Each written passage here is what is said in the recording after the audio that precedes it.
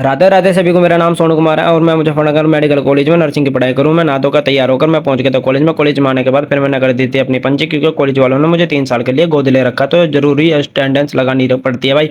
फिर अपनी अटेंडेंस लगा कर फिर मैं आ गया था बिल्डिंग के पास, जहाँ पे मेरी आज ड्यूटी लगी है। मेरी ड्यूटी लगी है इमरजेंसी में, तो चलो अब अंदर चलते हैं, देखते हैं क्या क्या होता है आज। फिर तभी अम्मा आ गई थी, इनको सांस लेने में तकलीफ हो रही थी। फिर थोड़ी देर बाद इनकी डेथ हो गई थी। फिर इमरजेंसी में ऑक्सीजन सिलेंडर दिक्कत कर रहे, तो भैया को बुलाया, भैया ठीक करके चले गए। फिर तभी अचानक एक केस आया, मैंने उसके पास जाकर देखा तो भाई इसने अपना आप को गन से शूट कर रखा। देखो गाइस, सारे कपड़े इसके खून में हो गए। तो मेरे भाई की डेथ हो गई थी। मेरी दीदी कहने लगी बाहर से जाकर इसके फाइल लेकर आया। फिर फाइल लेकर अंदर आया तो तभी एक और केस आ गया। इन अंकल ने सल्फास की 2 पुड़िया खा रखी थी भाई। फिर इनका ट्रीटमेंट किया, इनको वेंटिलेटर पर रखा गया। फिर दीदी बोलने लगी इनको इंजेक्शन लगा दिया आईवी के साथ।